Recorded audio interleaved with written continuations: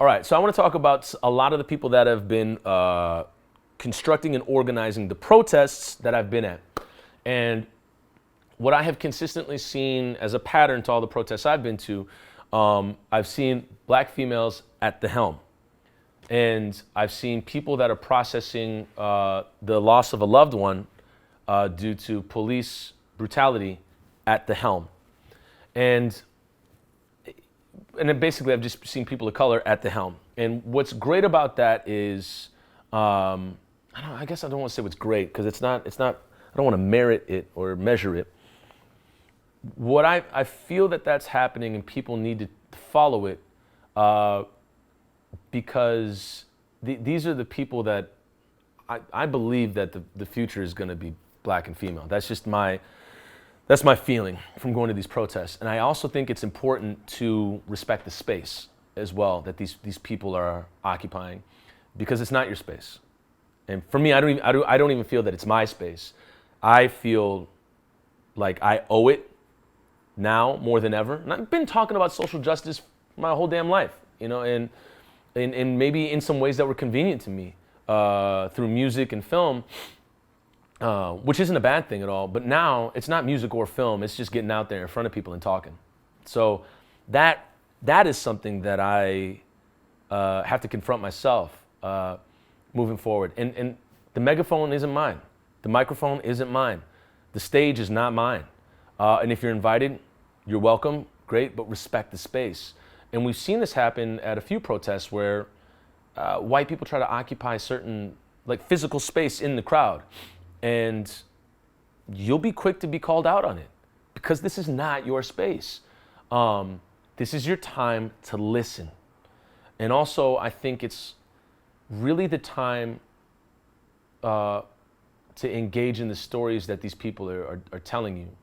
For me, when I started going to these protests last week, I saw a frequent pattern. The black females at the helm, black females at the helm, people that have experienced loss at the helm, and it's because the thing that we take away from it are their stories, their narrative, because we haven't heard this narrative before this intimately with these people.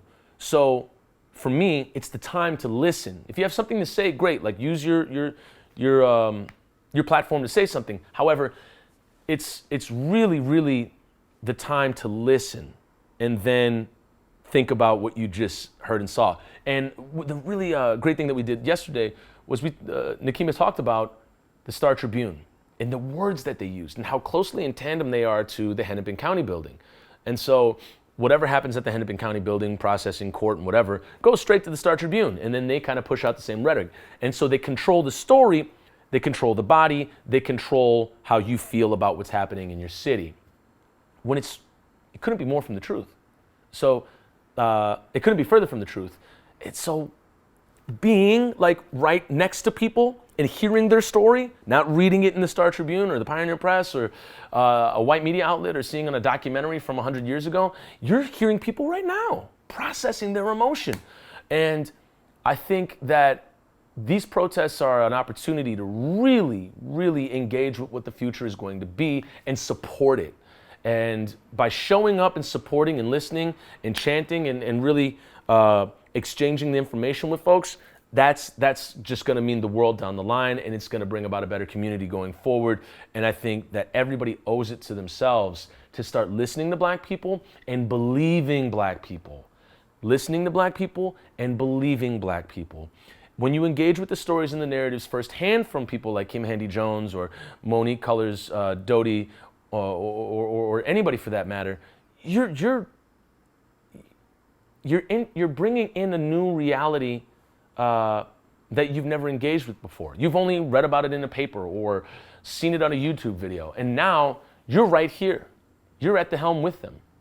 They're at the helm and you're listening. And I think everybody needs to kind of take note on that pattern that's happening and think about this is if the community and the people are organized as such in these protests by primarily black females, what's the future look like? Or what do you want the future? Who do you want to be the leaders in the future? And how does that all play out? I mean, when we talk about news stations like WCCO or Star Tribune, how many black people are at the table? And just from the product that's coming out, I can tell you there ain't many. You can just tell from the product that's coming out. There ain't a lot.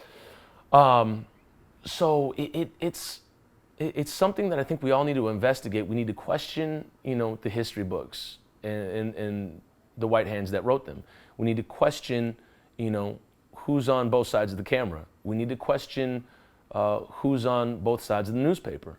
And I think that there is a narrative that's being pushed out to make people feel comfortable about their city, to make people feel like these establishments are doing something and they're doing the work.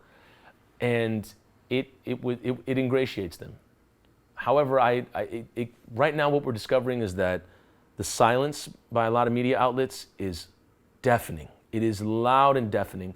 And the conflict of interests between the Minneapolis Police Department union leader Bob Kroll and Liz Collin at WCCO is loud and deafening. And a lot of the words that Star Tribune has used in Pioneer Press is loud and deafening, and it's also just, it really paints us in a light that is not our reality and is not us. And I don't think our stories are being told by us. They're being told by other people that want to make a community feel comfortable about a lot of the atrocities and the modern day lynching that happened last week. So with that being said, it's important to note that a lot of these protests are being led by black females, and also that the future of Minneapolis and maybe the future of your city, who's ever watching this, what does that look like to you as we go forward? So I wanted to point that out. Don't really know where I was going with it, but it's just something that's happening, and I think it's important for everybody to know. What is going on in your city? And who's leading the protests? Who's leading the way? And who do you want to lead the way politically down the line? I think it's one thing to lead it as a protest. It's a different thing to lead it politically. Maybe it's the same thing, but let me know what you think about that. Thanks so much for watching this video. We will definitely see you in the next one. Our work is never done.